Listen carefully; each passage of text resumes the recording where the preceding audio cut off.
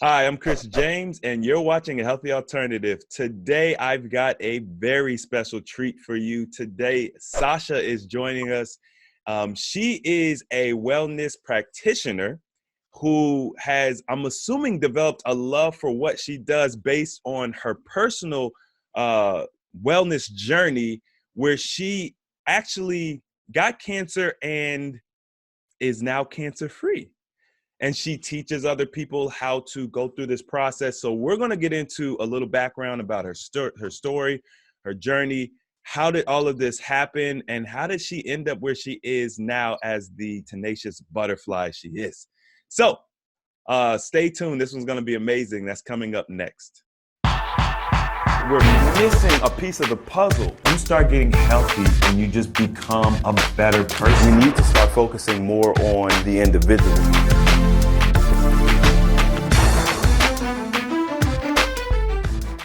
All right, Sasha, welcome to the channel. I am extremely excited to have you. You can tell by the smile on my face. I can't stop smiling.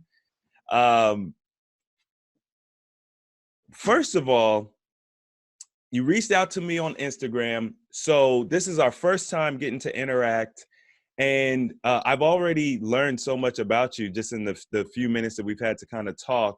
But I want to start at the beginning of your story. You were diagnosed with cancer. What type of cancer did you have? I had anaplastic large T-cell lymphoma. It's quite a mouthful. It's basically a non-Hodgkin's type of lymphoma.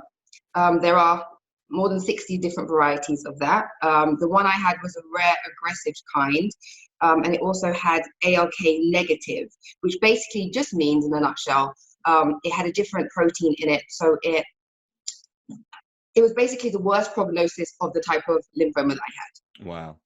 So, well, first of all, I guess leading up to the diagnosis, were you aware that something was wrong? I mean, like, did you feel like, man, something is really, really wrong? Or was it one of those things where you went in for a checkup and they were like, hey, we need to sit you down, you know? Okay, so let me start at the beginning. So basically, at that time, this was 2012. At that time, I had gone back to school as a mature student, university, and I was doing a human resource management degree. I'd completed and graduated, so I felt excited. It was July, and I was like, yes, I graduated. At the same time, I had a 5-year-old and a 3-year-old, right? 5 and 8. And I was juggling kind of student life, mum. So it was stressful. I mean, everyone does it. It's not something crazy, but I was feeling the pressure. I graduated, I got a job as a recruitment consultant, had nothing to do with HR. I wasn't feeling too great about that either. So there were a lot of, and I'm saying this for a reason, there were a lot of external stressors that had impacted me in my emotional, how I was feeling, right? But I didn't feel unwell. I felt very well. And I was doing the daily mum taxi services, taking them to all of their activities as you do, and working. So I didn't feel unwell. However, what I did notice is I started to get, now I know they're called lesions. But at the time, they were just rashes appearing on my arms. And like, I have typically good skin, so I don't normally get blemishes. So I noticed them and I was kind of like, oh, what is this? And they'd itch and I'd scratch them and they'd let out, like a clear liquid. Right. Like if you pop a spot, kind of gross, right? But then it would leave a scar. And so I went to the doctors and I was kind of like, oh, hey, this is happening. I don't know what this is. And my GP, the general practitioner, kind of said, hey, I think it's a fungal infection. I was like, oh, that's so gross. I don't know how I got that, but okay. He gave me some topical cream and that was fine. Fast forward about 2 months later, so July, August, September, I got a lump in my left groin. Okay, a tiny lump about the size of, and okay, I don't know about American money, so I'll just refer to English pounds, about the size of a £2 coin, which is the same as like a Canadian $2. You guys don't have small coins, do you? Our coins are pretty small. We have a quarter. The quarter's big. We have a $50, which is big. Okay, so maybe a $50 then size. It's small, right? A small circle. And I could feel it through my clothes, but it wasn't hurting. I wasn't in any pain, still active, still going to Zumba 3 times a week. Fine. But I knew that there was something there. So I was kind of like, I'm going to go back to the doctor and just find out what's going on. I told them, and they said they think it's an infection, because when you are fighting some sort of infection, your lymph nodes enlarge. Yep. It's perfectly normal, okay? And that's an area where there is lots of lymph nodes. Mm-hmm. So they just said to me, take these antibiotics for 5 days and it should clear up. Sounded perfectly reasonable, did it. After 5 days, it still wasn't gone. I went back. And now I'm starting to feel like a bit of a hypochondriac, because I've been to the doctors like last week and here I am again. And he said, Sasha, sometimes one dose of antibiotics doesn't work. You might need another dose. Gives me another 5 days. I've gone back.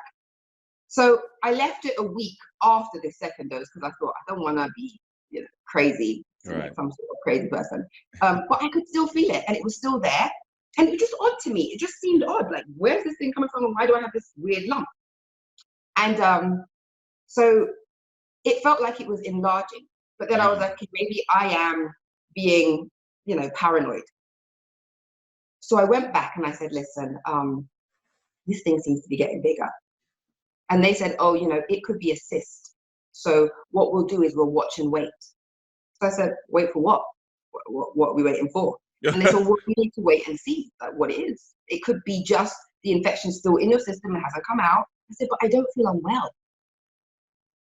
Right? So anyway, cut a long story short, I went for a second opinion. And I went to a walk-in clinic. I was living in the UK at the time in London. And on the weekends, the doctors aren't open. So you go to like outpatient walk-in clinics. Okay. So I went there and I said, hey, I didn't say that I'd been to my doctor a million times. I just said, I've got this thing and I'm a bit concerned. And they said, are you in any pain? I said, no. Anyway, they did an examination of me, just filled me up a bit. And then they said, actually, that presents itself as a hernia. And I was baffled. Hernia? Okay. I don't know much. I'm not a doctor in those terms, right? So I was like, okay, let me go home. Google's my friend. So I've Googled hernia. I'm not presenting any of the symptoms. Right. Associated with hernia. So I'm like, okay, you know what? I've had enough. Enough is enough. Sometimes you've got to be a little bit forward. And I'm going to play up to that stereotype of the angry black woman. Oh. I'm going to go back to the doctors. So on the Monday, I went back to the doctors and I said, listen, enough's enough. I want you to do some sort of blood test. You should do some sort of test. There's something wrong with me. I'm telling you that something feels off. And he said, but you don't seem unwell. I said, that's fine. But I've been misdiagnosed as far as I'm concerned a few times. And I'd like you to do some just routine tests. Do that for me. So he said, okay, you know what? We're going to send you for an ultrasound. So I said, okay, perfect. I'd had 2 ultrasounds before. I've got 2 kids, so that was fine. They sent me a letter in the post. I went for an ultrasound at my local hospital. The ultrasound, the radiographer doesn't actually tell you what's going on, but you are able to look on the screen, okay? And on the screen, I didn't recognize anything. To me, I just saw dark shadows. I don't know how to read those things. When it's a baby, they kind of show you the head, so you know what you're looking at. In that case, I didn't. I went back to the doctors to get my results a week later. And they said, Sasha, we found a mass of enlarged nodes. So there wasn't just one. I could feel one. But there was actually a mass of enlarged nodes under my left leg, like in the thigh tissues. So they said, we're going to have to send you for a biopsy. So I'm like, oh. So now I started to feel a little bit concerned. Right. Because that word naturally brings up a bit of fear and you're like, okay. And so the biopsy was scheduled, like a pre-op assessment was scheduled for that. And that happened to take place because we're now reaching by Christmas, right? And there's nothing available. So they're saying, we'll do the pre-op on your birthday, which is January the 23rd. Great birthday present. Wow. When we did the pre-op assessment. And they told me, it's a simple day procedure, a couple of hours, you'll be knocked out under general anesthetic. We'll take a piece out so we can test it. We'll patch you up and you can go back to work 3 days later. So I'm like, okay, sounds pretty straightforward. Great. Went and did it. Went back to work 3 days later. And I was in a presentation, doing a presentation in front of the board. I'm a HR administrator at this time now. And I'm presenting orientation to all these new hires. And all of a sudden, I look down and I'm standing in a puddle of water. So what they didn't tell me, or what they failed to tell me during the pre-op assessment, is that when you interrupt the lymphatic system by removing lymph nodes, there is a risk, and there runs a risk, that lymphatic fluid needs to be drained somewhere. And now there's a hole, so it's going to leak. Gotcha. So I'm leaking water, and I'm like, oh my God, this is so embarrassing. I have to go. I'm crying and having. So I go back to the hospital, and I'm like, this is happening. So they patch me up, and they say, look, it's normal. Here's some more dressings. Don't worry about it. You'll be fine. Yeah. Well, I'm like, oh, okay, this is normal, and I'm trying to talk myself into this is normal. Like, this is something new. This is just different. This always happens. It's just different. You know, you'll be fine. So anyway, I continue my normal routine. I take my kids to their football practice, to gymnastics, etc., etc. And then I go back to work on the Monday. And on my way home from work, this is when I noticed that I wasn't feeling well. And I lived on the 3rd floor of an apartment block. So as I'm going up the stairs, it's like I couldn't lift my left leg. It became heavy to lift. What's happening? So by the time I got to the 2nd floor, I started to crawl up to the 3rd floor because it was just too painful, and just I felt very physically just weak. And I got to my door, I banged the door, and the babysitter at the time, my au pair, opened the door, and I said, oh my God, what's happening? And I was like, just help me to my bedroom. And she said, I'm going to call your dad. Somebody needs to come. And I'm like, yeah, call him, but I just need to lie down. Anyway, long story short, my dad called. I said, I don't want to go back to the hospital. I've been going back and forth. I'll go in the morning. I just want to go in the morning. I just want to get a good night's sleep. I can't be bothered to sit in A&E all night. So my dad was kind of against the idea, but like I said, when I put my mind to things, I am tenacious. So yeah, I went to sleep, and the next morning I went to the hospital. And we went to the hospital. I said, you know, something wrong with me. I feel ill. And, you know, I don't want to bad talk the medical system. I know they're extremely under it with people, and, you know, they're very busy. But boy, I felt like crap, and I waited for hours, and there was nothing done. And when they finally did come, they said, you know, it's normal. And I said, you know, I don't feel normal. I really don't feel well, guys. I'm not a hypochondriac. I would not sit here for hours. I have lots of things I could be doing, but I don't feel well.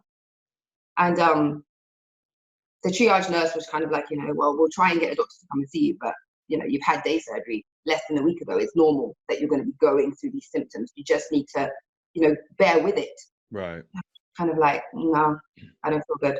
Anyway, a young doctor, a trainee doctor, he wasn't a full doctor, from Cameroon, I remember, he walked up to me. And the reason why I knew he was from Cameroon is his accent was so strong. And I said, oh God, where are you from? And we started talking, and I said, you know, I really don't feel well. And he said, you don't look well, actually. And I said, thank God somebody can see it. And he said, let me get my professor to come. I'm going to go and speak to him. So he went away for about half an hour, and he came back with some short man who came in, and he was, I think, from Persia or somewhere like that. And he says to me, you know, we're going to put you in for another ultrasound. You don't seem to look very well, and you seem to be running a fever.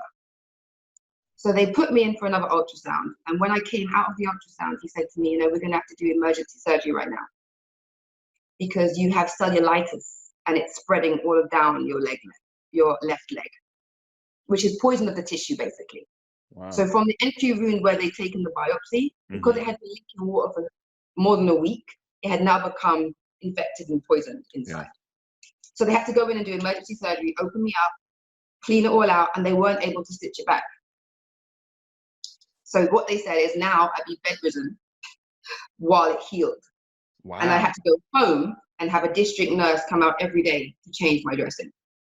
Wow. So you can imagine, my husband was away at the time. We'll go into that another time. And my children and I were at home. So now I have an 8-year-old, 5-year-old. And, you know, there's nothing I can do to look after them because I'm bedridden for 6 weeks while the nurse comes. And my mum lives 300 miles away. And, you know, my dad has a Friday business. It was kind of like, oh my God, what am I going to do? So thankfully I had an ogre at the time who was very helpful.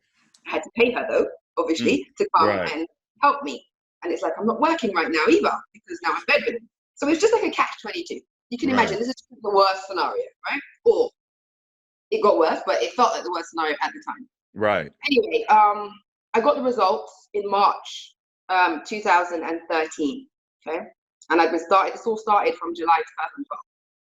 So I finally got the results March 8th, 2013. I went to the doctor's appointment at the hospital with my cousin in tow.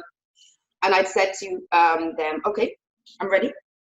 Thinking, okay, it's not going to be anything too bad because they would have called me before 6 weeks. I wouldn't have been waiting for that long, right?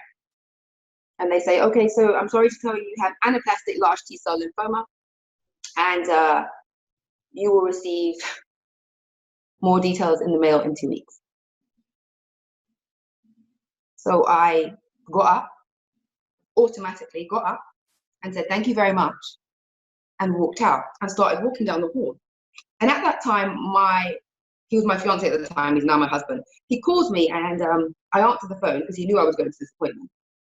And he was incarcerated at the time, which is why he wasn't with me. Okay, so he's called me to find out, how are you? And I've said, oh, I'm fine. I've got anaplastic large T-cell lymphoma. So he said, well, what does that mean? And I said, I don't know. My cousin's looking up on her phone right now. Right. So my cousin's looking up and then she says to me, cuz, it's a type of cancer. So I said, this is what? She said, it's a type of cancer, but she's whispering. It's like she's scared to actually say to me. Right. And I said, oh, yeah, so babe, it's a type of cancer. Just like that, automatically. So he says, what? So what are they going to do? So I said, I don't know. I don't know. Like, Sasha, you don't know? And it's like in that moment, it dawned on me and I thought, oh my God, I've got cancer. Right. And I don't know what's going to happen. So yeah, again, the stereotype came back and I literally spun around on my heels. And I was filled with this, you know, like when you have that rage where people say they see red. Yeah. That's how I felt. Yeah. I spun around and I walked back to that like room and I didn't even knock the door. I swung the door open and I said, excuse me, do I have cancer? And the lady was like, yes, but Miss Mitchell, please take a seat. I said, take a seat. Am I going to die? She says, well, we don't know. I mean, you'll have to wait for your... I said, I'm not waiting because you can't even tell if I'll be alive when the letter comes. Wow. I said, I want to know what you guys are going to do. What are you going to do? And all of a sudden, everything in me was putting it on them. And I've learned better now, and we'll get into that later. But at that time, I was putting it on them. Like, what are you going to do to help me? Right. How are you going to help me, right? And she was like, oh, well, you know, I said, make some calls. Somebody's got to help me. I need to know what you're doing. And I really threw my toys out my pants. Yes, got on very ghetto, and I was pacing back and forth, and it was bad. And the security came, and it was bad. It was bad. My cousin was kind of like, breathe. But I was losing it, literally. Yeah. And it's not my finest moment.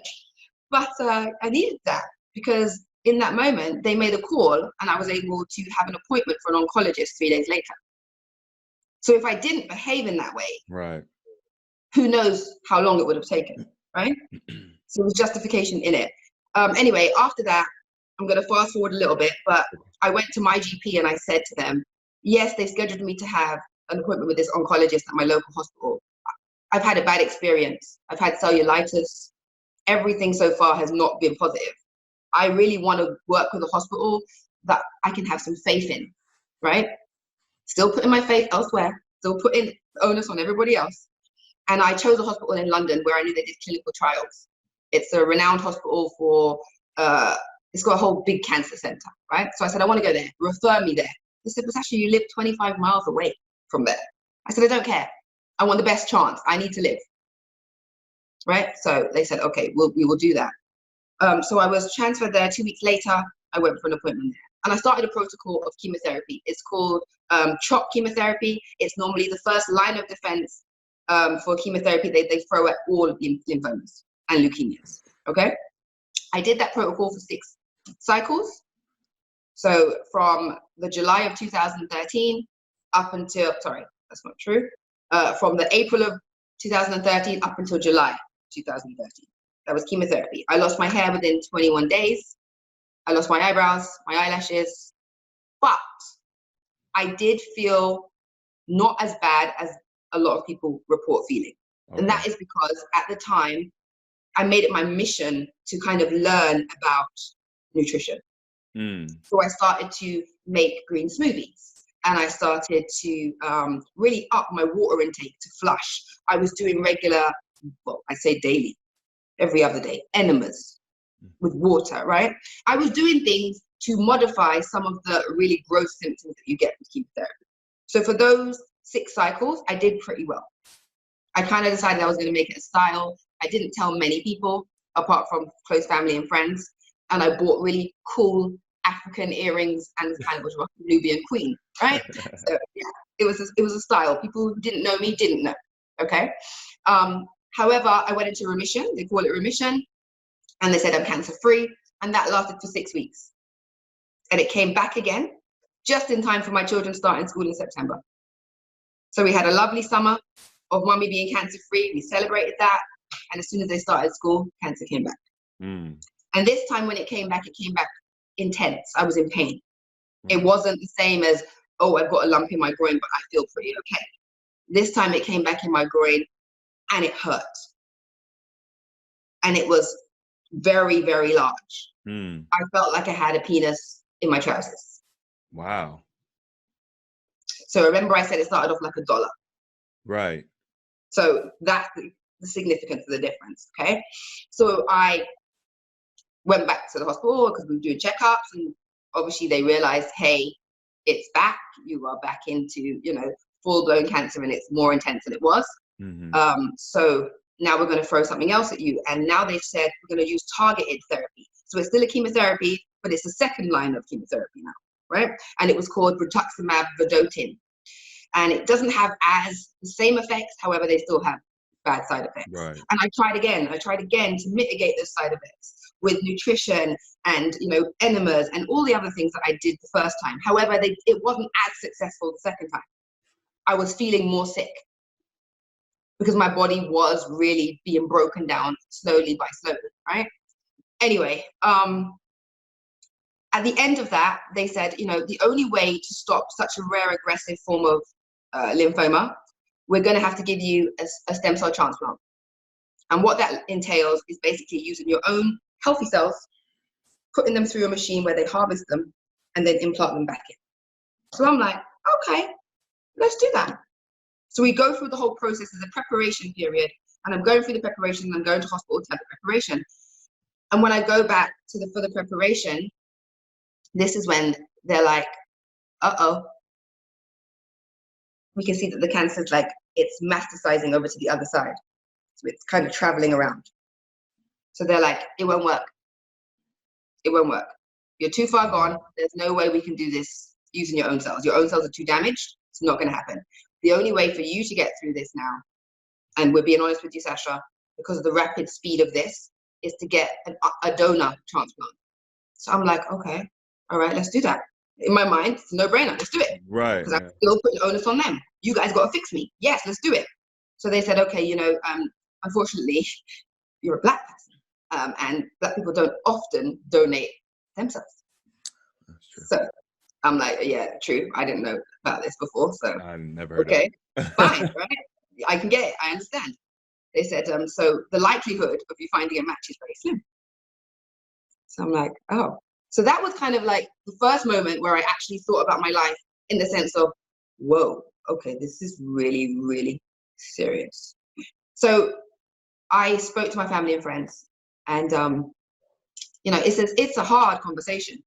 And I was like, listen, guys, this is the situation. And everybody's like, don't give up. It's going to happen. We're going to find it, blah, blah, blah. Anyway, I was depressed. I was not depressed. I don't like to use that word because that's actually a mental condition. And I wasn't that, but I was down. I was feeling really low at that point. Right. I had ebbs and flows. I would put on a facade that I've got this, but inside I was scared, right? Yeah. And so it was my birthday. Christmas had come again, and it was my birthday, January. It's like my birthday is a special time, I don't know. And my sister-in-law had said, come on, you know what? You are not yourself. I don't like to see you like this. Let's go and see a comedy show. So we did. And at that comedy show, it was like, I believe in God. Not everybody does. People call it the universe or whatever you do. But I believe that somebody was sent to me that day. I was at the comedy show, and there was an intermission, and a guy came up and he started talking in the intermission. And I wasn't really listening, but all of a sudden he said, and my son died. So now we raise this charity to be able to raise awareness and collect cells for donors. Wow. And I was just like, what? And I looked at my sister-in-law and she looked at me, right? And she went, get up. And I literally just went downstairs, and obviously we had balcony seats in this auditorium. Right. Whatever seats you have with your ticket, you can't just walk around the auditorium. It doesn't work like that, right? So I snuck behind a curtain, and I've gone into a section where I can't go just to get to the stage because I want to talk to this guy. Like, he might have the keys to saving my life. Right. That's how I'm feeling. So I've got to see this guy. Anyway, so I get to him and I say, listen, blah, blah, blah. I told him my story in less than like 5 seconds because we're in the interval still, right? And he's like, listen, here's my card. Just call me. I said, okay. So now I've enjoyed the rest of the show because now I'm feeling like now I can laugh because someone's going to save me. Somebody else is going to save me, right? So he does a donor drive. He organizes a donor drive and tests all my family and friends. This is, cut a long story short, that's what happens. Nobody matches, not even my brother and sister. So now I'm feeling like, wow, it's growing. I can feel it. Like now I'm feeling the symptoms. I'm feeling ill. I'm waking up with the night sweats. My mattress is totally soaked. I'm losing weight at a rapid speed. Like I can see now that I'm not well, right? And no one's a match. And a week later, my birthday, January the 23rd, we go to an Indian restaurant for dinner. And I get a phone call. I'm like, I don't recognize this. Hello? And it's the hospital. And they say, Sasha, we found you a match.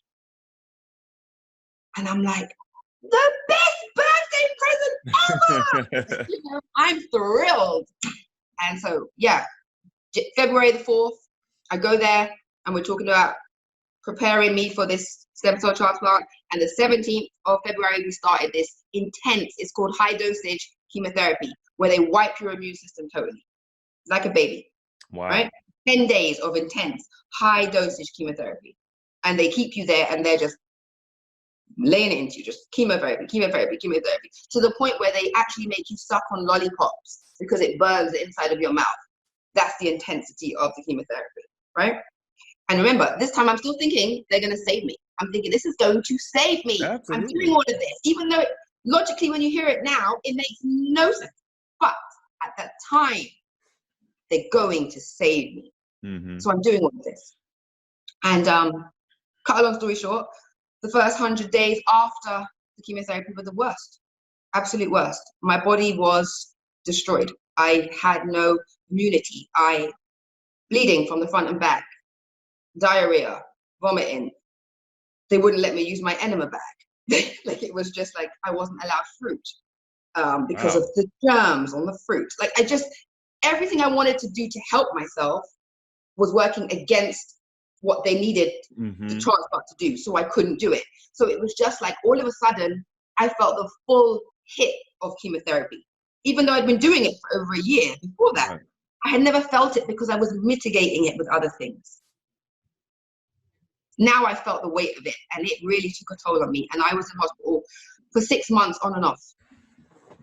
I literally would go home for 2 days and I'd be back in hospital because my kids are school age and they go to school and they'd come home and I had no immune system.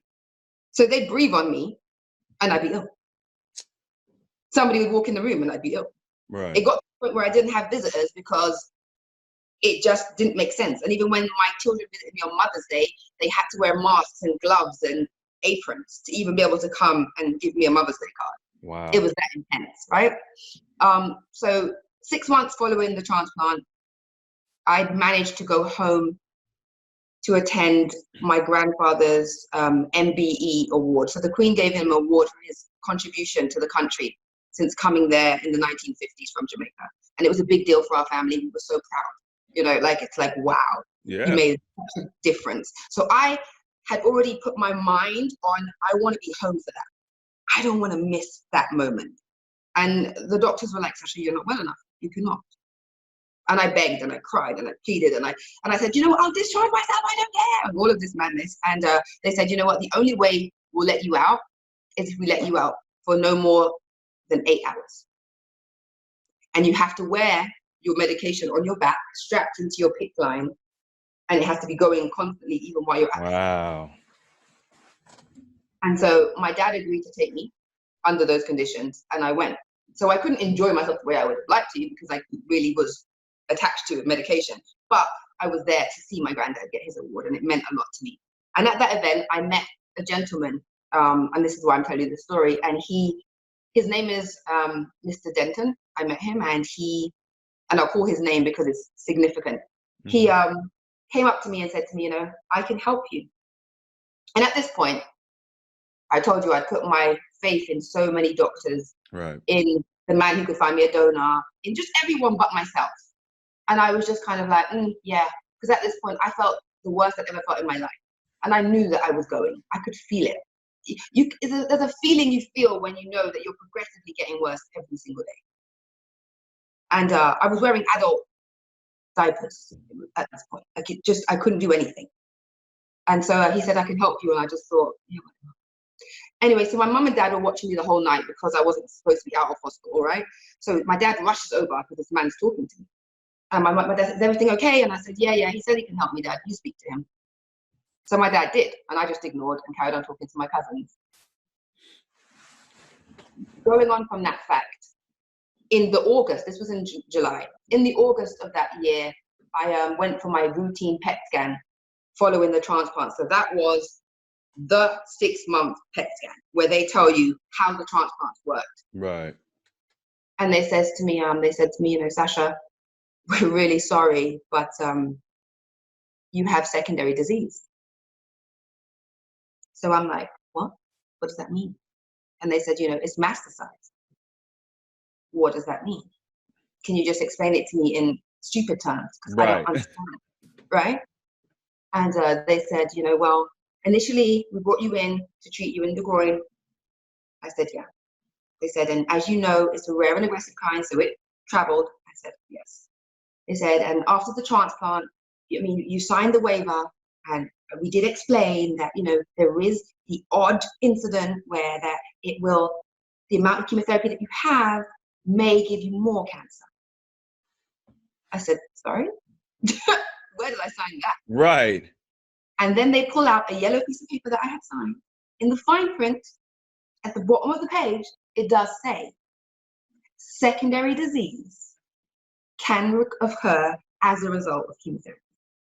I didn't know what secondary disease meant. I didn't even research. I didn't think it through. I just thought you guys are going to save me. Right. I'm going to be saved, right? My heroes. Right. Sign it. Who cares? Exactly. Yeah. And then basically, they said, it's now in your groin, armpit, and neck. And I broke down into tears. Every hope I had of them saving me disappeared in an instant. And I just felt the weight of, oh my God, because I'm not even as strong as I was before. Like, I can't do anything for myself. Right. My mom had moved into my house permanently to be my full-time carer. It got to that point, she was washing me. And I thought, oh my God, this is crazy. I have babies to live for. And in that moment, I was close to giving up, I'll be honest. I really felt like I could.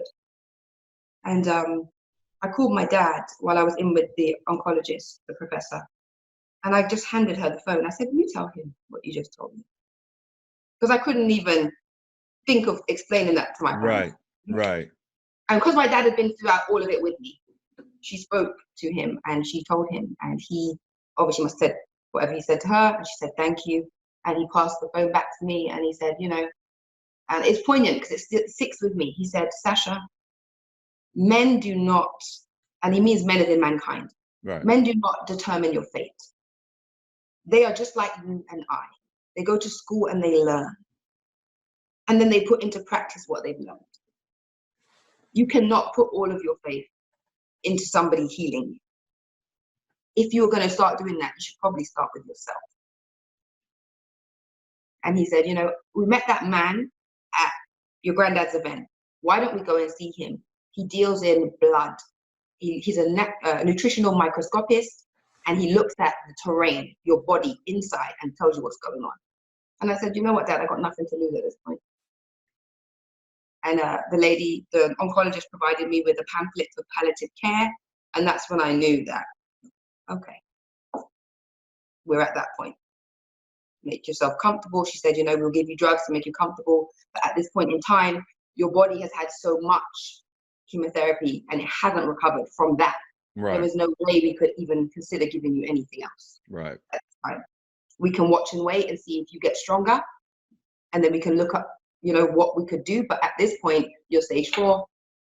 There's not much we could do for you apart from make you comfortable. And I just was devastated. I can't even explain how that feels, right?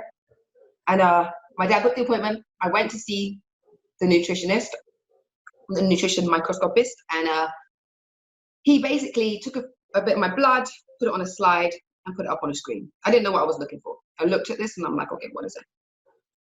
And he says, whoa, your blood cells are all stuck together. And they were all congealed. They were all like in rings. Mm-hmm. And I said, okay. I said, well, what are they supposed to look like? So then he showed me a sample of what healthy bloods look like. Right. And they were like uniform in size and circular and all the same color. And they looked cute. I was like, oh, well, mine don't look like that. And he said, yeah. And I said, well, it's kind of a no-brainer they don't look like that. I've had so much chemotherapy. Like, come on, it's no-brainer. And he said, yeah, but the most important thing that we're noticing here is your white blood cells are paralyzed on the screen. They're not moving. And they should be swimming across the screen, picking up debris, clearing things away, because they are your fighters. They're your soldiers. Those are the ones that keep your immune system kicking. And he said, and without those, you'll never heal, sweetheart. Never. And I was like, okay, so how do I do that? So he said, okay, if you're serious, I'm going to help you devise you a protocol, an alkaline, plant-based, vegan protocol. And you don't deviate from anything that's on this list. And we're going to do this for we're going to do this for 90 days. And then we're going to revisit it again at the 120-day mark as well. So I said, okay. I said, why 90 days? And he said, because, it takes that amount of time for the blood cells to turn over. And we want to get new blood cells formed. We want that, right? And I said, oh, okay. All right, fine. Cool, let's do this. So in my mind, I'm like, okay, I'm doing this. I go home and my dad empties out all my cupboards. Yeah. We're doing this. You're doing this. And my dad doesn't live with me, but he emptied out my cupboard. And I'm like, okay, but just leave me the ketchup. I need my ketchup. He's like, nope. You can't have anything that's not on this list. I'm like, why can't he? What's on this? I don't even eat these things. And at the time, I was a starchitarian.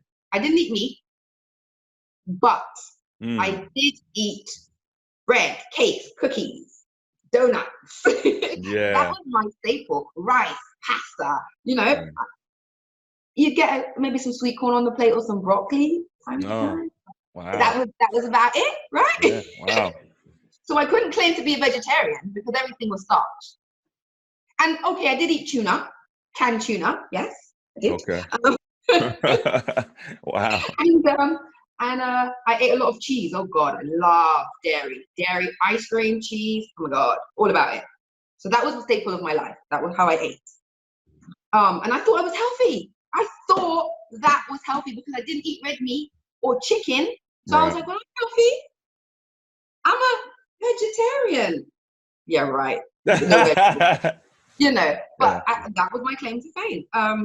And so all of a sudden I've seen this list and it's all leafy greens and just a lot of green food. And I'm like, I don't know how I'm going to do this. I don't even like this stuff. I do like green smoothies, but it's mostly fruit with a handful of spinach to change the color. You know what I mean? I don't really want to do this. And he said, Sasha, I'm telling you now, you have to starve the sugar. We have to starve the sugar, right? We have to starve the cancer cells, take away the sugar, and we will end up starving the cancer cells. It will make you alkaline. So I'm like, okay, fine. So I did it. And I did it. And I mean, I didn't half-heartedly do it. I did this. This was my life. This wasn't a game to me. I didn't play with it. I did it to the letter. Right. 45 days in, I went for my PET scan, and there were no active cancer cells on that scan. Wow. 45 days. And I'm saying I've been doing chemo for over a year now. Yeah. I had a transplant. 45 days. I was like, what the, Uh-huh. you know? And I literally was like, I can't believe it. And they were saying, so what are you doing? Like, you know, so it could be that the transplant took a while to kick in, and you know, sometimes we call it a spontaneous remission. And I'm like, it's spontaneous, all right. And I refuse to give up my nutritional microscopist, because as far as I was concerned, he had work to do. He had more people to help. So I wasn't willing to talk about him, but I did say that I had seen someone, and, you know, I'm following this vegan lifestyle, plant-based alkaline, and it's working for me. And I remember my oncologist turned to me and she said, well, you're losing weight at a rapid speed, so you should probably include some sort of meat or some poultry. And I said, you know what? No, I'm okay. I'm fine. So to cut a long story short, I decided that I was going to become an expert in all of those modalities that I was using from Dr. Denton, right? All the things that he told me to do, the colon hydrotherapy, the nutritional microscopy, the Rife therapy, which is the bioresonance energy waves, right? Wavelengths, frequencies. I decided I was going to learn all of it, because why not? And that's what I've spent the last 5 years doing. Wow. So I've been working full time in HR because that was my degree, and I needed to pay bills, of course. But my passion and purpose has always been to get to the point where I'd be able to open my own center and be able to make all of those therapies accessible to everybody else. Because people talk to me all the time, and I hear from people all the time, and they're like, wow, how did you heal? My aunt's ill, or my uncle's ill, or my dad, or my brother, or somebody, right? And I realized that, yeah, I can talk to people and I can try and give them advice, but there's something about when people invest the time and they pay a certain price, they're more invested in seeing that their money's worth. And I don't say it because I'm all about money. That's not it. But I know it for myself. If Dr. Denton, or I call him doctor, he's not a doctor. He's not a medical doctor at all. But that's just how I refer to him. It's a lovingly term. But if he would have given me all that information for free, I don't think I would have taken it on board the way I did. Nope. And I'll be honest, I don't. Because I paid for this, and like how I'd gone to the doctors and put all of my trust in them, I now had looked at this man and said, all right, you're giving me the power. You're giving me the onus on myself. You're giving me information, and you're telling me I have to do this myself. And all of a sudden, the onus became, I choose whether I live or die. I choose what I put in my body. And I'm telling you, it was hard. I can't even explain how hard it was, because there's a mental aspect to it that you have to overcome. When you're all of a sudden not looking externally and you're looking internally, it requires something. And I had to actually sit within myself and say, you know what? I forgive you, Sasha. I forgive you for all of your BS and putting everything else in front of your own health. And that's where it started. It started with self-awareness, and then forgiveness, and then acceptance. And then in that, I just started to kind of walk the walk. And it didn't even become, it wasn't even a thing anymore. It's not a thought in my mind to eat well. It's something I just choose, and it's something that I live. And this isn't a job to me. This is my passion and my purpose. And even if what I offer doesn't resonate with one person, they will know somebody else that it will be for. Right. Because it bridges that gap. It bridges that gap between allopathic medicine and the feel-good complementary therapies. You know what I mean? People know about those, but these things sit right in between. So, and I never tell anybody that I work with not to go down the medical route, because I'm not a doctor. I don't claim to be, and I don't want to be.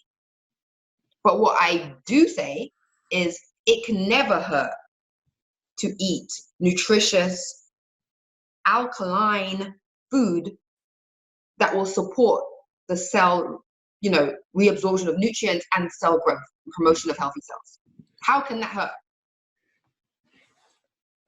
I don't know. And that's where the gap is, I think. And that is why I think my services are so required. I mean, when I was in hospital, and I'm just going to put this in right now because it's a fact, I got to the point where I didn't have an appetite. When you're in so much pain, you don't have appetite, right? No appetite. And I didn't feel well, and I just wasn't eating. I was just there, lying, waiting to die, because I was feeling sorry for myself in my pity party. And they brought a dietitian to see me. And the dietitian gave me some Ensure dairy meal replacement drinks to drink. And they did nothing for me apart from create even more diarrhea and even more hemorrhoids and even more discomfort and pain. Because I'm lactose intolerant, for goodness sake. But it just made it even worse. And then the nurse, who could see that I was wasting away, and I don't blame her because she doesn't know, and they don't know. She literally said, Sasha, you need to eat. There's no strength. And she came in with McDonald's, a fillet of fish, a strawberry milkshake, and a large fries. And said, eat that because you need some food. And I couldn't. Food. And when I think about these things, I think to myself, we are missing a huge, important information. It's just huge, and it's important. It's important. I'm sorry. Like, I probably sound super, super passionate, but if I could just get one thing across, it is what you eat so impacts how your body is going to rejuvenate and replenish. When I meet people, they don't believe that I was dying 5 years ago. No. You have not one trace of it. You know what I'm saying? People don't believe me. And when I show them the pictures, they're like, oh my God, it's real. She was. And I was. Mm-hmm. Sometimes even I look at myself and I'm like, wow, the clapback's real. Comeback is real. Like, you know what I mean? It's real. Yeah. Because I think I look better than I did before. And that's not to toot my own horn, but it's just to say that I never knew what healthy was before. Right. So that's it in a nutshell. In a nutshell. Wow. What an amazing story. I really, we got to definitely get some images and some pictures so that people can put this together as they're listening, because that sounds like a horrific, it sounded like a horrific journey, and everything that you said, I've heard it before, like, as much chemo and as much treatment as you were getting, I'm like, of course it's going to give you more cancer. Like mm-hmm. The treatment itself causes cancer. Like, a lot of people don't know that. Mm. And the fact that that type of stuff is in the small print, they don't even give you the opportunity to think about it, to even consider another path. They always shrug off anything that's not mainstream. Really, Western medicine is what's across the world now, is like this idea that we got to go in and cut stuff out and patch you up and give you a drug and all of this. Like, I've had so many people have told me, the doctors, they won't even consider diet as a factor at all. It's like, it matters not what you eat. This is genetic. This is, you were what do they call it? Yeah. It's like, this was, and that was the other thing too. I wanted to ask you, with this particular cancer, is this considered to be something that is genetic? Like, no. Did they ever tell you how you got it? Like, did they ever even go into that? They didn't. They said it could be environmental, lifestyle related. It could be from a really bad cold or flu type of infection called an Epstein-Barr virus. Mm. I never had that. So. Oh, well, that wasn't it then. Yeah. So I don't know. I think they don't know. The truth is, they don't know. Mm-hmm. And instead of saying they don't know, they'd rather, give plausible, possible theories. And I don't blame the medical system. I'm not, some people, they don't like the medical system and they're against it. And I don't feel that way. I feel like there's a place for the medical system. If I break my leg, I'm not going to use diet to heal myself. Right. I'm going to go to the hospital. Like, I am. You know what I mean? But in the case of all of these lifestyle related diseases, right? Why don't you start with your lifestyle. With lifestyle. You know, like, why don't we start there? I don't get it. Right. Like, and that's the thing about it that boggles my mind. And I know from talking to medical professionals that they know there's a disconnect, because Oh, it's they do. they don't even ask you. It's not even in most of them. They don't even ask you, well, what do you eat? Like, it's just like, because I mean, if you're eating only starch, like, have you made that connection at this point? Like, do you feel like your diet is what caused this, or like? No, I tell you what it was. I feel, if I'm honest, I feel like it was multiple factors. I think diet definitely had a part to play. And that's why I studied nutrition, because I do think it has a part to play. But I come from a background of chronic constipation. Okay. And I had constipation from the age of, like, when I started my menstrual cycle. So teenage years, right? And because I'm a colon hydrotherapist, I now understand how important gut health is. So if you don't clear it out, you've got a backlog and you're just building, and you create disease right there. So I believe that it was a multiple factor, because when you think about constipation and you think about, if I'm eating starch all the time, well, how is it even moving? Like, where is it going? Like, where? There's no fiber to move that. You know what I mean? Like, they kind of work hand in hand. It's a no-brainer. But I didn't know. And then when you don't know, how can you do better if you don't know? Right. And that's why it's so important for me to reach out to you, to create awareness as much as I possibly can, because if people don't know, then how can they be accountable? How can they make changes? How can they better themselves? Mm-hmm. That's why I lead juice programs. I call them my 21-day juice cleanse. It's really a juice feasting program, right, where people join me. We have a group, and I lead them. I give them guided programs. So it's like I'm their coach throughout. You know, it's like your water programs, right? Mm-hmm. And I'm literally working with them. I send them downloads, which are reusable even after they finish the program. And it's got recipes and affirmations, and I'm in there with them every day, every step of the way, transitioning and helping them to kind of break down all of the residue that they've had because of the bad eating and the lifestyle that they've been living. Right. And the results are phenomenal. They're phenomenal, because people are like, whoa, I thought I'd feel starved. Well, why would you? You're getting more nutrients than you get on a day-to-day basis. Right. I was juice feasting. You're going to feel good on a juice feast, because you're flooding your body with nutrients. And I don't just do fruit. Like, yes, there's obviously fruits in them, but there are some that have minimal fruit, like lemon and lime. And it's because we're also creating the alkalinity to be able to really flush out those toxins. We want to get you to the state where, even if you have candida or cancer or diabetes, we don't want that sugar just sitting. We want to get it out, flush it out. So, you know, I'm really passionate about the therapies I'm offering, because to me, yes, it's my job, my full-time job now. I'm no longer doing HR, but it's more than my job. I care, because I've been there. Like, I know what it feels like. When I speak to somebody and they call me and they say, you know what, I've got stage 4 cancer, and the doctors are saying I've got 6 weeks left. I say, okay, well, the first thing you need to do is not take that on board. Right. Because they don't know that. This is what scientifically has been proven for somebody that's had your disease in the past. They don't have all the same factors that you have in your body. They have no idea.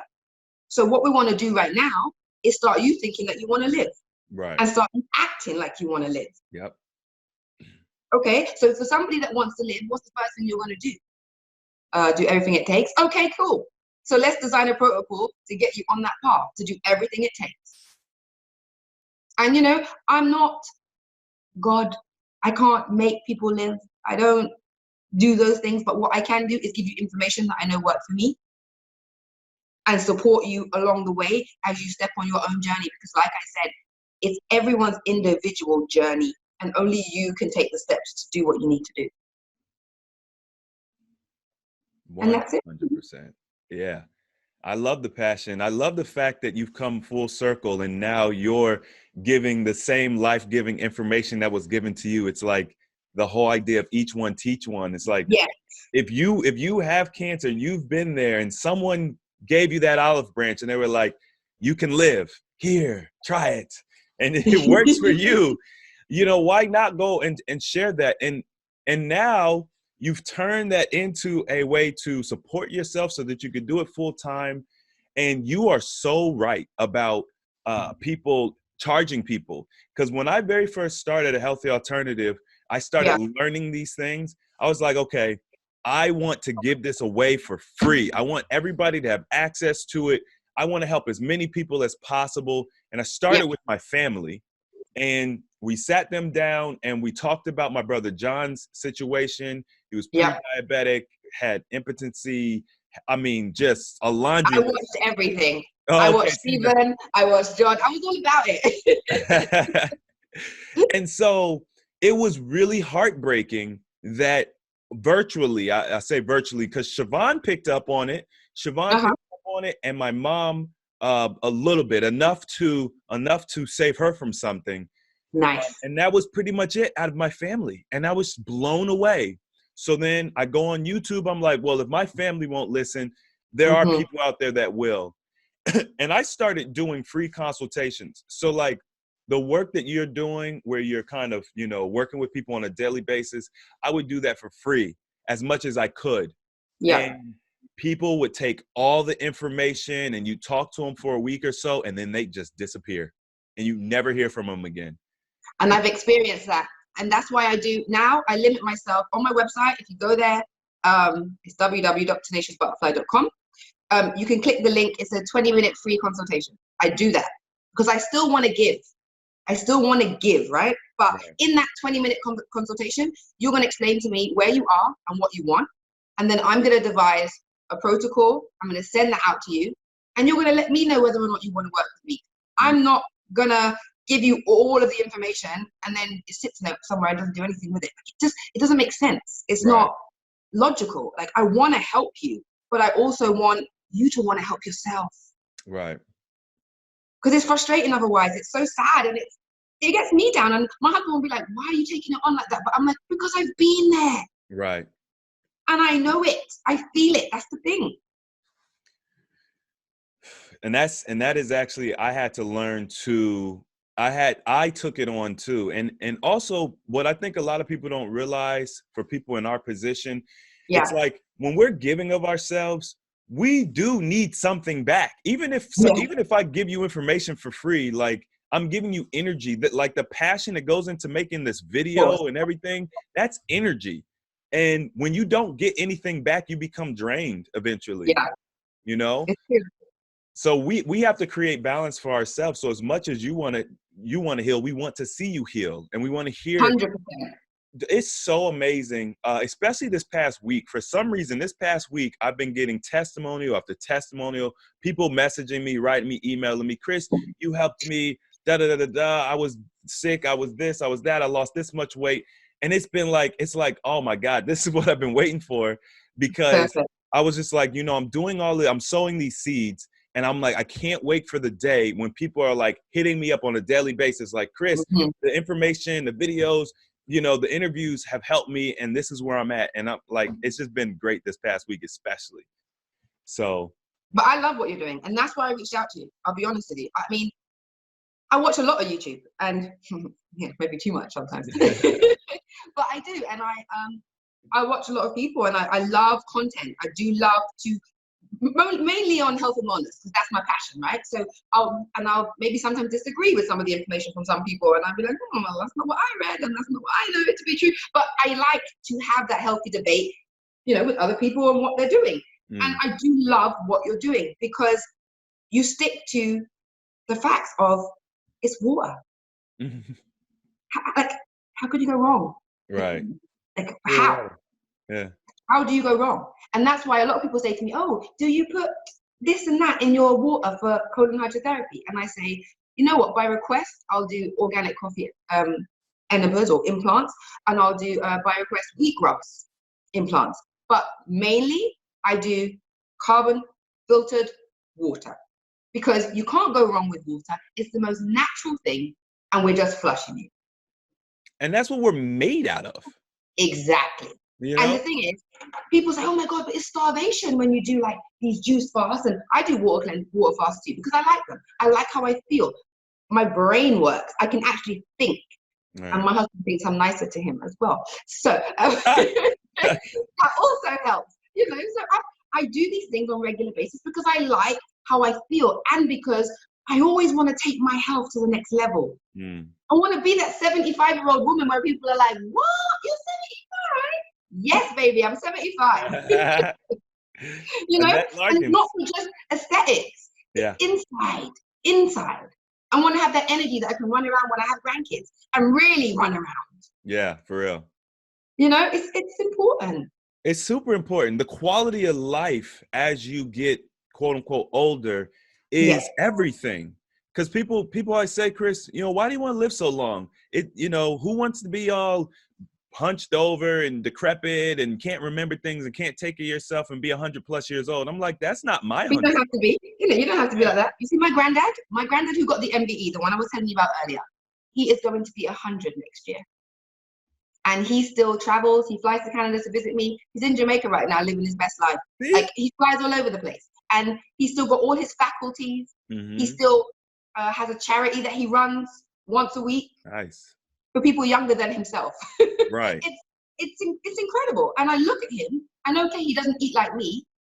But one thing that I do know that he does, he's never deviated from the way he eats. He grows his food. So he's never deviated from the way he's always been. Right. He doesn't do fast food. You'll never catch my grandfather having KFC or Popeyes or anything. Never. Right. He's find that blasphemy. What do you mean? You know what I mean? He's stuck to what he knows, and his body is strong. And even when he's been ill, we've put him on the Rife machine, which is the bioresonance therapy I was talking about earlier, and we'll balance his frequencies. And he had gout, and it took away the gout. So, you know, there are modalities and natural remedies out here that will naturally heal your body and bring it back to homeostasis. That's what you want. Yeah. That's what you want. Yeah. And that's where those instantaneous healings come from. Because when I was researching a lot of the you know, like anomalies, there's a lot of medical anomalies where people will have cancer and they sporadically don't have cancer. I mean, I'm sure you probably fit into one of those categories. I'm sure I do. They don't know, they don't understand, but it's like understanding the body and understanding it holistically, it makes everything so much easier. It's like having disease is not natural. We're not supposed to just be sick and have all these problems. So it's like, for me, I feel like it's the tip of the iceberg, just getting healthy. There's so much more to explore and understand about the body and what we're capable of. But we can't even get there because we're just so sick all the time. And we're just breathing toxic air. We're drinking toxic water. We're eating super toxic food. We're putting toxic poison medicine in our body.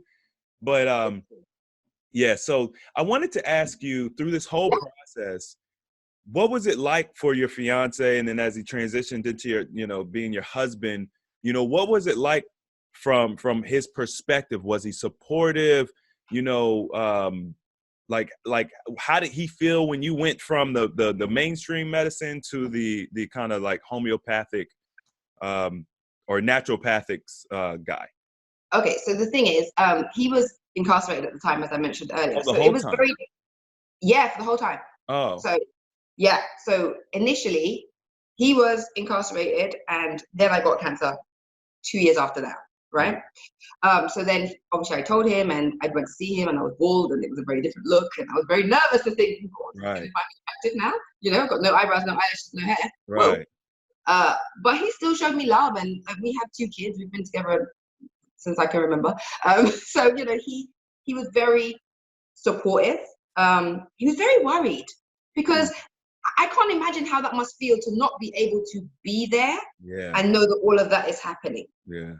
You know, so, but at the time, if I'm honest with you, I began to push people away. It was like a mechanism for myself. So my mom wanted to be there. My dad wanted to be there. He wanted to support me. But it was like, I don't want the pity party. I got this. While I was going through all the chemo, I became this, you know, stealth person who just didn't need anyone. And I didn't want to show that I was crumbling inside. And I held everything in, right? And then when it got to the final breaking point where there's nowhere to go, you're dying sort of thing, it was like, oh God. And everybody kind of, you know, were able to show me what they've been trying to show me for the last year and a half. Right. But yeah, for my fiance, I think, my husband now, I think he just tried to support me in the best way he could. I don't think he knew what to do. And I think it just was like, I'm going to be that ear. So when she wants to rant and scream at somebody, she can scream at me. When she wants to cry, she can cry to me. When she wants to be normal, she can be normal to me. Like, it was just that. And then when I went down with the nutritional microscopy, he was just excited that I hadn't given up. Right. Gotcha. Because I was starting to become not myself. I just started to be, I'm like vivacious. I'm very like, my personality is infectious, right? But I wasn't that. I started to become withdrawn and angry and kind of, woe is me. Why me? I'm a good person. What did I do? Like, in that horrible way. And it wasn't nice. It wasn't nice. And I didn't even recognize myself physically or emotionally. So. Yeah, that I would, being in his shoes, I'm sure that was very, very difficult. But, you know, it's funny because the role he played throughout this whole process was super important. You being able to vent, you know, and release that, you know. For those who are just listening and watching, I think it's the absolute worst thing to recede into yourself and not want to, you know, allow people, like, no one who's ever accomplished anything in life has done it on their own. And I don't know where we get this idea from. Like, I got to do it on my own. It's like propaganda, because you like in life, if you want to be successful in anything, you need somebody at some point in time for something. Like, so it's really about embracing that, you know, that help and that support, and putting yourself around the right people, because you want the right people supporting you. But don't push people away. You know, when someone wants to help you, and even like, you know, when you were talking about how you went to your granddad's ceremony and the guy was like, I can help you. You know what I mean? It's like, I've heard that so much. People telling me about how they get to a point where they're just like, no one can help me. You know? That's how it felt. No one can help me. And it's sad because, and you know, I'm just saying this for the few people out there that need to hear it. Like, there's never something that's insurmountable. The body is amazing, and we have the ability to recover from so much. It's just that our studies and our teaching and our science don't support that. But the information's out there. The people are out there to help you. I mean, I'm excited to be able to share Sasha with everyone, because it's like a facility that you could go to, and you can, you know, get this really intimate support that some people need. Some people really, really need that. So I'm really, and one of my goals is actually to build wellness facilities. So you're kind of living my dream right now. I haven't got there yet, but I'm well on my way. So that's exciting. Love it. I hope you do you plan on doing more? Like, this is you're going to be starting your first facility, right? Do you plan on developing more, or what's your goal with that? Wow. Ideally, in like a dream world, of course. But I gotta get over the first one first. Right. But yeah, no, I mean, I would love to do more in different areas, because I'm in Toronto, right? I'm in Markham, in the GTA, in Canada, and I would love to have them all over the place, especially in the UK, because I'm from the UK. And I get calls from people from, I mean, all over the world, but especially in the UK, because people know someone that knew me, or, oh, I know a girl that knew a girl. And then people call me, and I talk to them, and I'll coach them. And it's great that I can work with them from here. But there's something very, I mean, more meaningful if I'm actually there. If you can come to the center and I can put you through the protocol and actually watch your cells change. We can look on the microscope and see the difference from week 1 to week 3. Like, there's something special about that. Right. It's, you know what I mean? Oh yeah, it's nice to be able to see progress. Exactly. I mean, and don't get me wrong, the people that I work with in the UK, a lot of the time when I've devised the protocol, I will link them with people that do offer what I do, but they're not all located in one spot. So they have to travel here or travel there. And I mean, I'm giving them the information regardless. But what's great about my center is it's coming from the ground up. I've created this. It's a warm, state-of-the-art center where I have put all of those therapists in one spot. So they can go from one room to the next room. Right. So. Yeah, it's a one-stop shop. Exactly. Yeah, I'm probably gonna have to come out there. Yeah. I need to come to Canada anyway. Yay! Yeah, I'm probably gonna come out there because I'd love it. And I think also, you know, building relationships with people such as yourself who have these centers, maybe I can incorporate that into what I want to do, and you know, maybe help me streamline. Yeah. I'll be honest with you. I would love to really build a network and a community of people that are doing what we are doing and care, because one thing I felt like when I was dealing with the medical establishment, I felt like I was a number in a machine. I stopped feeling like I was a person because they see so many people, and maybe it's their coping mechanism to desensitize themselves. You know, maybe, because I could understand that, but it makes you feel like they don't really care if you live or die. And that ain't good. And that is what I don't do, because I do care. It means something to me. With every person I work with or who called me, even for the free consultation, it matters to me because I've been there. I know. And I'm not just talking about cancer. My sister has diabetes and she frustrates the hell out of me because I'm like, I know what you could do. I know what you need to do. But sometimes hearing it from me, it's like, that's my little sister, shut up. You know what I mean? Right. Then I work with somebody else who has diabetes. They hear what I'm saying, and lo and behold, they're on it. Right. It's like I don't know. It's a tough situation, but I do want to work with people who, like yourself, care, really care, because it makes a difference. Yeah, that's one of the most frustrating things, is to have family members that you know for a fact that you can help and they won't listen to you. I was so angry for so long.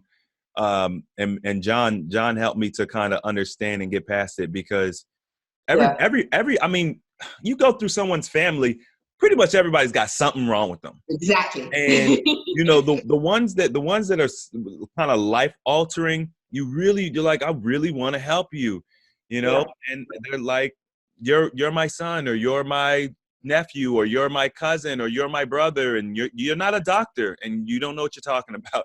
And it's just like, all right. So and don't get me wrong, my sister's super supportive in everything I do. She supports me, but she don't want to change nothing. She's made the decision. She doesn't want to change it. So, I mean, who am I to force you? And that's where I'm at now. It's like when I give you the information, do with it at, you know, do what you will. And I can't, there's nothing more I could do. And I have let that burden that I put on myself, I let it go. So it's like, as long as I told you and I gave you the opportunity and I did as much as that I know that I could do without you actually doing anything, I've done as much as I can. I only do that for my family because, like, you know, they're really close to me. But other people, is like, if you don't come to me with a real passion, like you really want to fix things, I can't waste my time, because there's people out there who really need this and they really want it.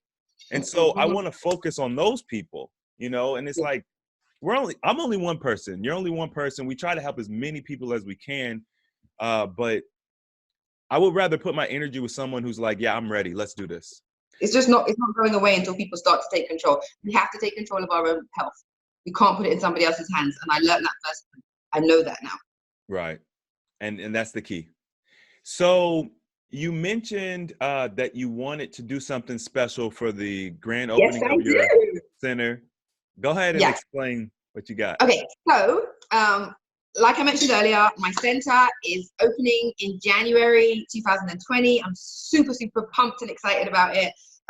It's going to be, you know, the best in prevention therapies, but also enhancing health. So we're not only dealing with people with diseases, right? We're dealing with people that are proactive and don't want to get ill.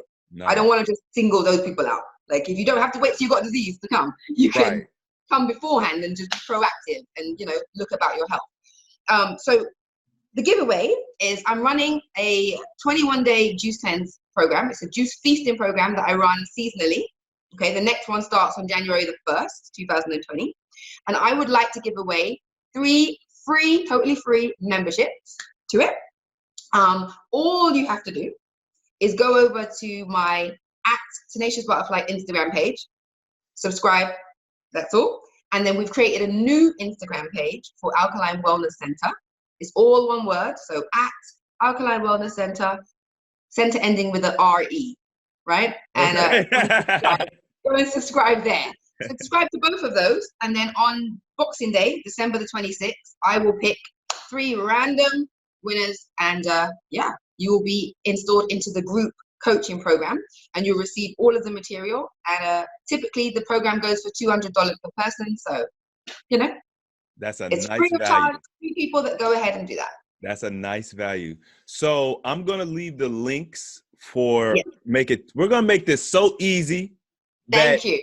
there's no reason for you not to participate. So we'll leave the links in the description box. I asked you earlier, I was curious about the Tenacious Butterfly. I wanted you to just share, you know, how did you come up with the Tenacious Butterfly for the name of your website and stuff?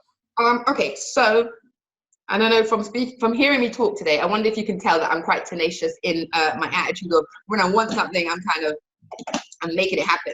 But the butterfly means something to me. I know I don't like insects. It's not about that at all. It's literally that I feel like this journey has brought me to the best version of myself, both physically, mentally, emotionally, spiritually, especially, because I didn't really have a spiritual connection. I kind of believed in God, but I didn't subscribe to any religion and still don't. But I didn't have a relationship with the creator of all things. I just was kind of like, yeah, well, I know there's a God because I come from a family that believes in God. You know what I mean? But I didn't have my own personal. And when you go through something the way I did, you find that because, well, maybe not, you don't find that, but I found that, right? And in that gave me strength and courage and hope. And as I've come out the other side, I think I'm better than before. So yes, it's like a cocoon. I came through the caterpillar. I went through that cocooning of the whole cancer journey, and now I'm a tenacious butterfly because I'm better than I was before. I love it. This has been so much fun. It's been enlightening. It's been encouraging. It's just a whole bundle of emotions and things. I'm really happy that you reached out to me.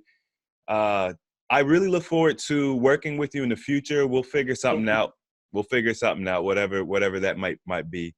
And you guys make sure to subscribe to both our Instagram pages so you can be entered into the contest to win, because you know what she's offering, like I don't even offer that kind of like that accountability coaching. That's a lot of work, you know? So to be able to get that, number one, the value, even what she charges when she does charge for it is low in my opinion, but to get it for free, I mean, that's talk about like a nice gift. I'm not even gonna say a Christmas gift, but it's just a nice gift. I don't celebrate Christmas, but I think that's amazing. So take advantage of that, and also subscribe to my Instagram too while you're at it. I'll leave the link to both our Instagrams. Subscribe to my Instagram too, because I be putting pictures and stuff on there. I ain't got nothing for free right now, but you know, I post pictures and videos and stuff. You guys can follow me on there. Anyway. And also run over to my website, because take advantage of the 20-minute free consultation. Just take advantage of it, because you know what? Even if one of the programs aren't for you, I may be able to give you some information that can help you wherever you are. I'll have the I want to link. give back. I'll have the link in the description for the website as well. So you guys will have everything. It's in the description box, people, because everybody be like, where do I find her? And I'm like, I said it's in the description box. It's in the description box. All right. Thank you so much, Chris. It was a blast. I had so much fun. Absolutely. This was fun. Cool. So if you guys like this video, don't forget to hit the thumbs up button. If you want to see more videos like this, don't forget to subscribe. And as always, the application of knowledge is power. And I will see you all next time.